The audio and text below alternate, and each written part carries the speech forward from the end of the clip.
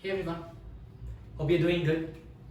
In this video, we are going to see something called as process map. What is this process map? You may wonder like the name, what is process map? See, whenever you execute your code, right, your data are getting stored somewhere. Correct? Whenever you execute something, you have some variables like A, B, C, or some variables var1, var2, var3 like that. So these variables are getting stored somewhere.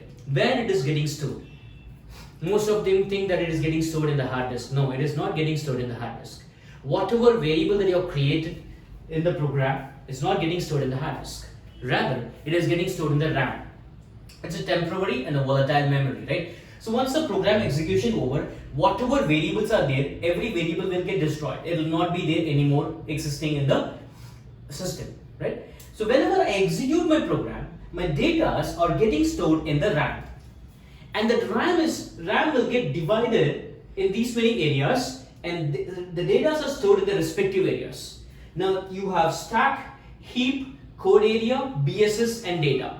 Right? I'll repeat: stack, heap, code area, BSS and data.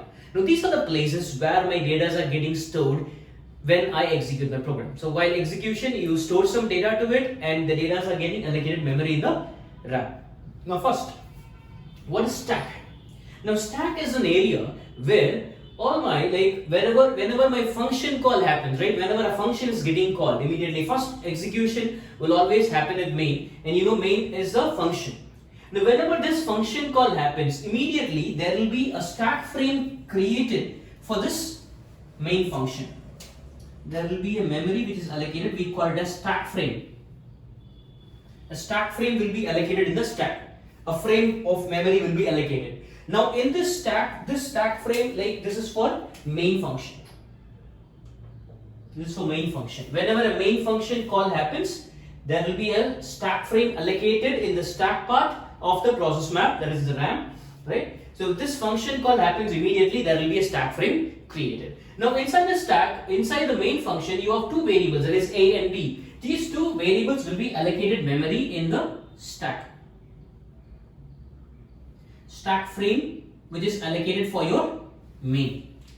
Stack frame which is allocated for your main. This is my A and this is my B. Right?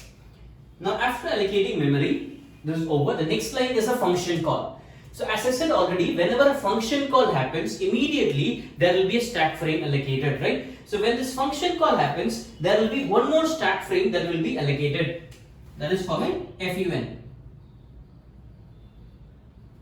Now this stack frame which is allocated is for the function FUN. And I have two variables A and B. Now this A and B and this A and B are in two different places, so there's no problem at all, right? Don't think that this A and B, this A and B are same. No, it is not same. Because everything has a stack frame for it. This is frame 0, this is frame 1, frame 2, like that will be keep on going. Now you have two variables, A and B will be allocated memory here in the stack frame which is allocated for my FUN. Now this is my A and this is my B. Right. The next line you can see a static variable, static int x y. Static variables will not be allocated memory in the stack part, because stack part, like, once a function call over, the stack part will get released. That's the reason when I come out of the function A and B, the memory of A and B will get released, but static variables still remain the same, will still hold the value. Right? Now here, when I come out of this, right? When I'm creating static int x and y, this static variables will be allocated memory either in the data part or the BSS part. Static variables will be always allocated memory in the data part or the BSS part. Now when you can see that some two variables are allocated memory here,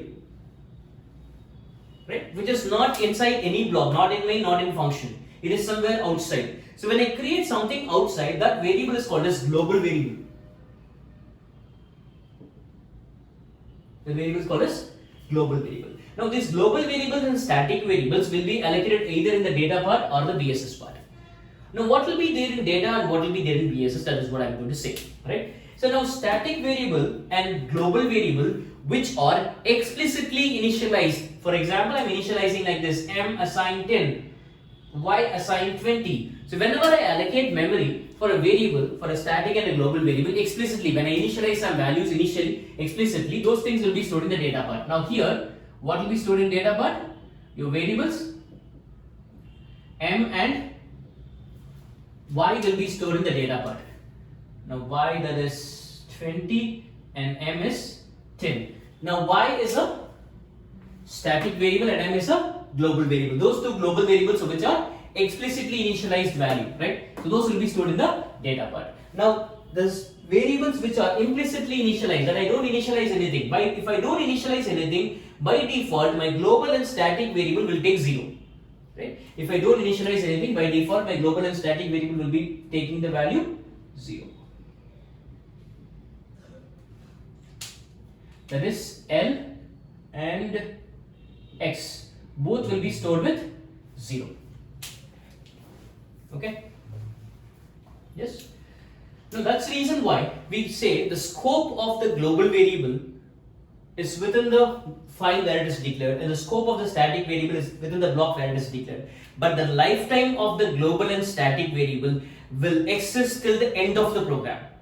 Even though I come out of the block or come out of anywhere places, go to another file also, there is no problem at all. But till the program execution is there, the global and static variable will be there in a separate place, not in the stack frame. Now why it is not in the stack frame? If at all my static variable is there in the stack frame, when I come out of this function, immediately this block will get erased. So the variables which are present inside that block will get erased. It will not be there anymore. Okay. So now that's the reason why if at all I want to retain any value, right? Retain any value even after the continuous execution of main function. When I come out of the function also I need to retain my memory. Then we use static variable. That's the reason we use static, right? So static variables and global variables always be stored in the data or BSS part, depends on the initialization. Okay. Now here one more thing is there, that is heap, right? Heap is the place where whenever I want to allocate memory dynamically, right? So here and all these things are allocated memory statically, right? When I say int AB, static xy, all these things are allocated statically, right? While like before execution itself, I am saying this is what the size is. It's fixed, right? 4 bytes here, everything is 4 bytes, everything is fixed. Now if I want to allocate memory dynamically, that is during execution, if at all I want to allocate some memory and then create some memory block, then I go for dynamic memory allocation. Those memory which are allocated during runtime, right? Dynamically allocated memory will be stored in the heap, right? So if at all I allocate memory dynamically,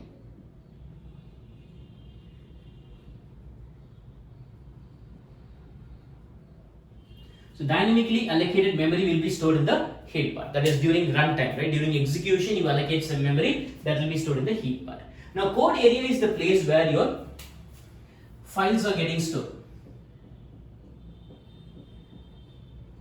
If I run any program, that program requires some supporting files like .o file, .s file, or like executable files. So those files are getting stored in the code area. Now, this is all about process map. Right? When I execute my program, when I compile my program and execute it, all my variables are getting stored in the RAM in its respective place, right? All my local variables which are present inside my function will be stored in the respective stack frames. And if at all I allocate memory dynamically, that will be stored in the heap memory, and then global and static variable will be stored in the data or BSS part, depends on the initialization. And code area is the place where all your supporting files are getting stored. This is all about process map. If you have any queries about process map, please do comment in the comment section. I'll definitely reply back to you. And if at all you like my video, please give a thumbs up to me. And if at all you want to know more about more and more videos that I posted, please do subscribe to my channel. Thank you very much.